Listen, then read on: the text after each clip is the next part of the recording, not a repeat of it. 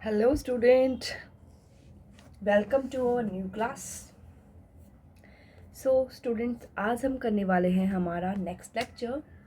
हमने मोल कंसेप्ट्स शुरू किया था, हमने बेसिक्स स्टार्टिंग की है हमारी केमिस्ट्री की। Without basic knowledge we can't solve any question. In fact numerical problems भी हम नहीं सॉल्व कर पाएंगे बिना कंसेप्चुअल, बिना किसी कंसेप्ट के हम कुछ भी सोल्व नहीं कर पाते केमिस्ट्री में, राइट।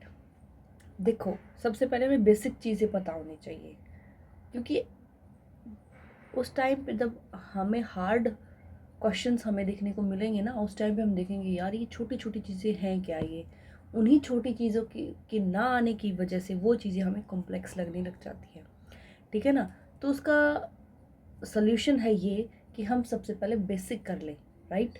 बेसिक करेंगे तब हम कॉम्प्लेक्स करने में, कॉम्प्लेक्स क्वेश्चंस करने में हमें बहुत आसानी होने वाली है, राइट। सो सबसे पहले हम जो मोल कंसेप्ट मैंने शुरू किया था पार्ट 2 हम शुरू करते हैं, ठीक है। सभी को मालूम है हमने क्वेश्चंस किए होंगे बहुत सारे। कोई भी न्यूमेरिकल वैल्यू निकालते हैं हम, उस टाइम पर हमें क्या करना होता है, लास्ट में हमारे कोई ना कोई यूनिट आती है, ठीक है। और उस यूनिट को का पता होना चाहिए, यूनिट कैसी आई, कहाँ से आई, ठीक है ना। सो वो बेसिक्स यूनिट है हमारी। देखो, सबसे पहले क्या पता होना चाहिए, टाइम, ठीक है। टाइम क्या होता है,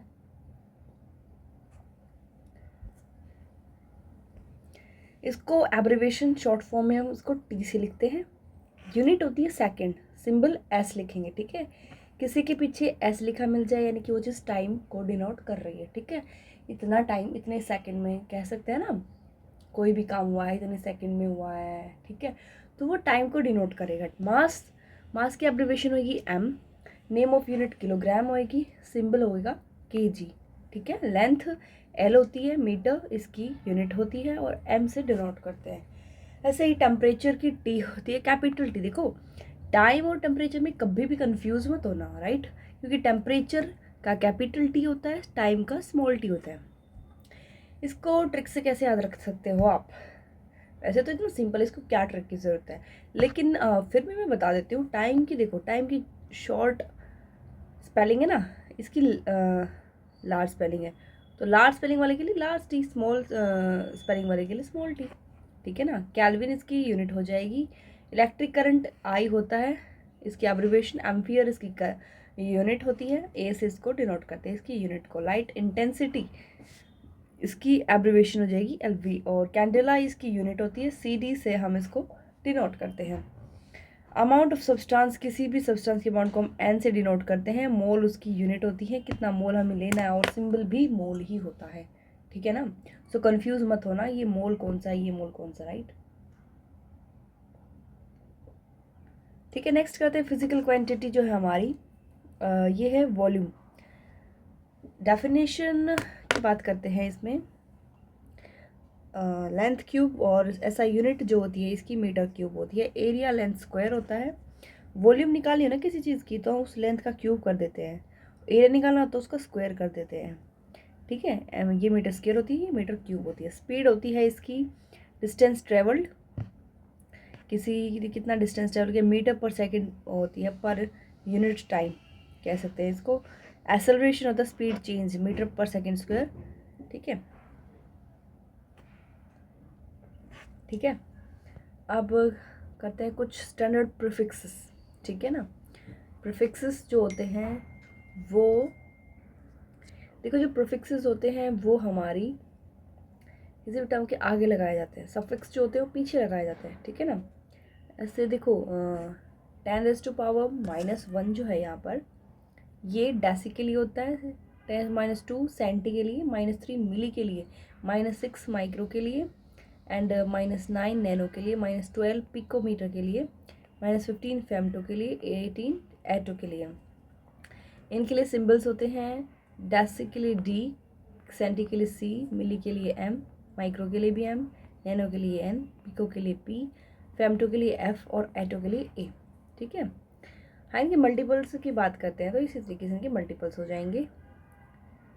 ओके।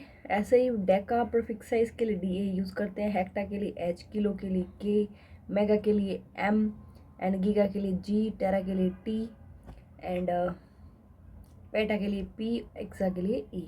ठीक है ना। सिंपल्स हैं ये, बहुत ज़्यादा सिंपल यूनिट्स हैं, इसको करना मुश्किल नहीं है आपके लिए। ठीक है ना, ये कर सकते हो आप सब। अब आप सभी को ये पता होना चाहिए प्रिसीजन एंड एक्यूरेसी क्या होता है। देखो ये दोनों टर्म्स मिलती जुलती हैं आप एक दूसरे से कैसे।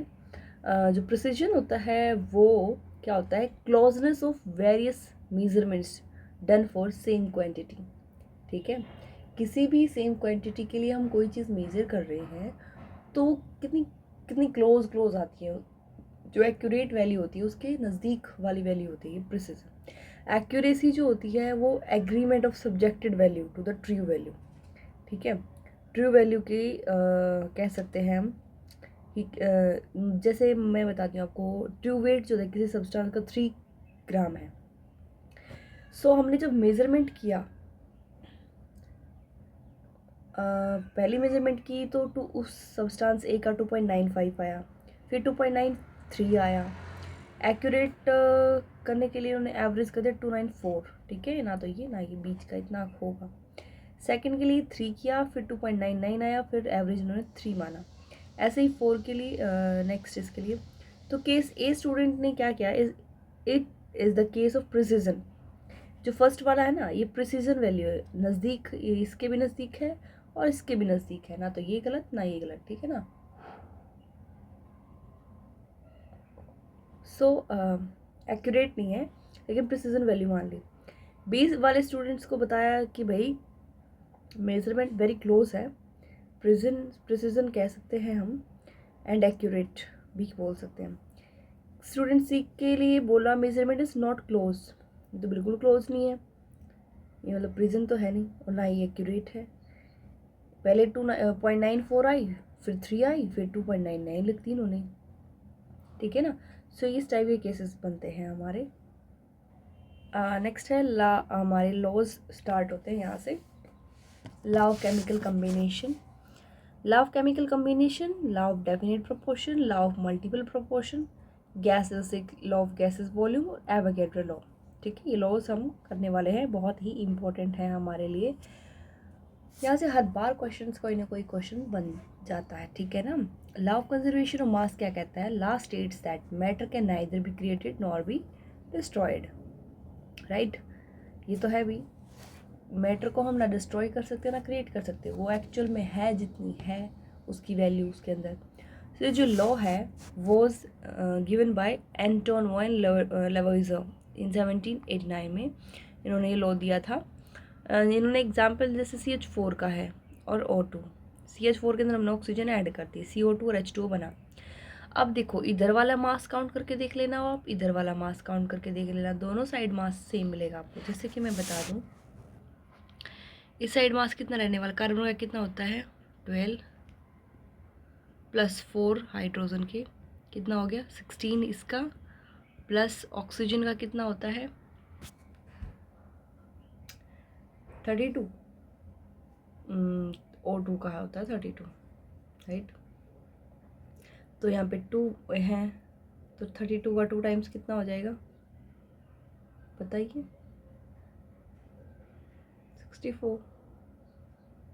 80 आ गया, इधर 80 है, इधर भी 80 ही होना चाहिए। फिर कार्बन का कितना होता है 12, O2 का कितना होता है 32। ठीक है, प्लस यहाँ पे H2 का कितना होता है 2, यहाँ पे 2 है ना, 2 और एक्स्ट्रा है तो 4 होगा। ठीक है ना, और ऑक्सीजन के कितने हैं 2, तो 32 ये। ठीक है, 32 प्लस 4 36, यानी कि अब इनको ऐड करो, 36 32 और 12 ऐड करो, 10 कैरी 1 3 3 6 और 2 8, इधर भी 80 इधर भी 80, मास नाइदर भी क्रिएटेड नॉट भी डिस्ट्रॉयड। सो दोनों साइड हमारा जो मास की वैल्यू आई है वो सेम आई है। ठीक है, इधर भी 80 आई है और इधर भी 80 आई है, तो इसका मतलब ये कौन सा रूल फॉलो करता है, law of conservation of mass. ठीक है, नेक्स्ट है law of definite proportion. Law of definite proportion क्या कहता है, ये एक chemist, French chemist Joseph Proust, it was stated by him, उन्होंने बताया था कि जो भी कंपाउंड है हमारा उसमें सेम प्रोपोर्शन में एलिमेंट्स कंटेन होते हैं बाय वेट। ठीक है, उन्होंने 2 सैंपल लिए क्यूप्रिक कार्बोनेट का, एक तो उनमें से जो सैंपल लिया था उनमें से एक सैंपल नेचुरल ओरिजिन था, दूसरा सिंथेटिक था। एक तो नेचुरली था, एक सिंथेटिक था। क्यूप्रिक कार्बोनेट्स लिए उन्होंने पाया कि जो कंपोजिशन एलिमेंट्स की प्रेजेंट उन दोनों के अंदर जो थी सिमिलर थी, जो दिखा रखे। जैसे नेचुरल सैंपल लिया, कॉपर की परसेंटेज ली इनने, इसमें भी 51.35 थी, सिंथेटिक में भी 51.35 थी। ऑक्सीजन की परसेंटेज भी सेम यही थी, कार्बन की भी सेम यही थी। तो मतलब डेफिनेट प्रोपोर्शन में होते हैं हमारे एलिमेंट्स। हम कोई भी कंपाउंड लेते हैं तो उसके अंदर डेफिनेट प्रोपोर्शन में रहने वाले हैं। मल्टीपल प्रोपोर्शन क्या कहता है आपका, the law was proposed by Dalton, 1803 में डाल्टन ने प्रपोज किया था। इस लॉ के अकॉर्डिंग क्या था कि जो 2 एलिमेंट्स होते हैं ना, उनको जैसे ही कंबाइन करेंगे और एक से ज़्यादा कंपाउंड हम बनाएंगे, ठीक है, तो मास जो उस एलिमेंट का होएगा, जब हमने वो एलिमेंट्स ऐड किए थे ना, सो जो एलिमेंट्स हम कंबाइन कर रहे हैं उनका जो रेशियो रहने वाला है वो क्या रहने वाला है, फिक्स रहने वाला है, राइट। हाँ, वो मल्टीपल उसमें हो सकता है, उसका मल्टीपल फॉर्म में हो सकता है, लेकिन रेशियो वही रहने वाला है। ठीक है, कहने वाला अमाउंट वही रहने वाली है। जैसे एग्जांपल के लिए बता दो, H2 कंबाइन करेंगे O2 के साथ तो ये 2 कंपाउंड बनाएगा, ठीक है, वाटर एंड H2O2। ठीक है, सबसे पहले वाले केस में देखो आप, हाइड्रोजन प्लस ऑक्सीजन वाटर बनाया, 18 ग्राम बन के आया, 2 ग्राम हाइड्रोजन 16 ग्राम ऑक्सीजन लिया हमने, राइट। ये 1:8 है इनका। ठीक है, नेक्स्ट इन्होंने हाइड्रोजन परऑक्साइड लिया, ठीक है, H2O2 होता है हाइड्रोजन परऑक्साइड प्लस ऑक्सीजन, यहाँ से हाइड्रोजन गैस निकली। ठीक है, ठीक है, सो यहाँ पर भी क्या रहा हमारा, सेम रेशियो में रही हमारी यही यूनिट्स। ठीक है,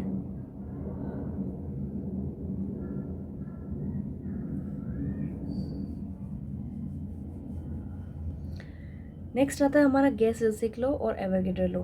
ठीक है, ये देखते हैं गैस-लेविसिक लॉ क्या कहता है, when gas is combined together in a chemical reaction they combine in a simple ratio by volume provided all the gases eight same temperature and pressure. जब भी हम गैसेज कंबाइन करेंगे केमिकल रिएक्शन के अंदर, वो सिंपल रेशियो में combine होएगी, ठीक है, बाय वॉल्यूम। ठीक है, टेम्परेचर प्रेशर सेम रहने वाला है। जैसे हाइड्रोजन और ऑक्सीजन, इनको हमने H2O2 को ऐड किया, कंबाइन किया और H2O बनाया, 1000 ml H2 लिया था, 500 ml O2 लिया था, राइट। सो उसके बाद हमारा जो H2O बन के आता है वो 1000 ml बन के आता है। ठीक है,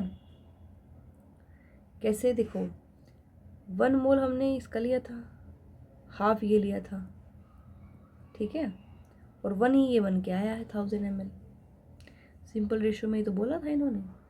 से N2 और H2O है हमारा, अमोनिया और हाइड्रोजन को ऐड करते हैं 1:3 में, तो यहाँ जो बना है हमारा अमोनिया 2 मोल्स बने हैं। ठीक है, तो रेशियो हमारा सिंपल रहने वाला है। ठीक है, एवोगैड्रो लॉ क्या कहता है, ये कहता है equal volume of all of gases at same temperature and pressure they should contain equal number of molecule. ठीक है, अगर इक्वल वॉल्यूम में गैसेस होंगी सेम टेम्परेचर प्रेशर पे, तो उनके अंदर इक्वल नंबर में मॉलिक्यूल्स होंगे। जैसे H2 गैस का 1 मोल लिया, ठीक है, तो H2 के गैस के 1 मोल में 22.4 लीटर इतने मॉलिक्यूल होते हैं। 1 मोल O2 का ले, उसमें भी इतने, 1 मोल N2 ले, उसमें भी इतने, सेम होते हैं सेम टेम्परेचर प्रेशर पे। तो 1 mole into Avogadro number equal to equal number of molecule at constant and temperature pressure, ठीक है। वॉल्यूम डायरेक्टली प्रोपोर्शनल होगी नंबर ऑफ मॉलिक्यूल्स, ठीक है। स्टोइचियोमेट्रिक कोफिशिएंट क्या होता है या कैलकुलेशन उसकी हम कैसे करते हैं, देखो, ठीक है। स्टोइचियोमेट्रिक कोफिशिएंट्स क्या होते हैं, इसमें हम एलिमेंट्स देखते हैं, ठीक है। और ये देखो, ये जो हमारे एलिमेंट्स, ये मॉलिक्यूल्स के आगे जो नंबर्स होते हैं, ये होते हैं हमारे स्टोइचियोमेट्रिक कोफिशिएंट। जैसे इसके आगे 1 है तो 1 मोल, हाफ है तो हाफ मोल, बना कितना है 1 मोल, ठीक है। सो ये हमारे स्टोइचियोमेट्रिक कोफिशिएंट्स है। कल नेक्स्ट लेक्चर में हम करेंगे सिग्निफिकेंट फिगर्स। तब तक के लिए बने रहिए इस लेक्चर में, आप प्रैक्टिस करें। आज का लेक्चर आपको कैसा लगा कमेंट करके ज़रूर बताएं, ठीक है। Thank you guys.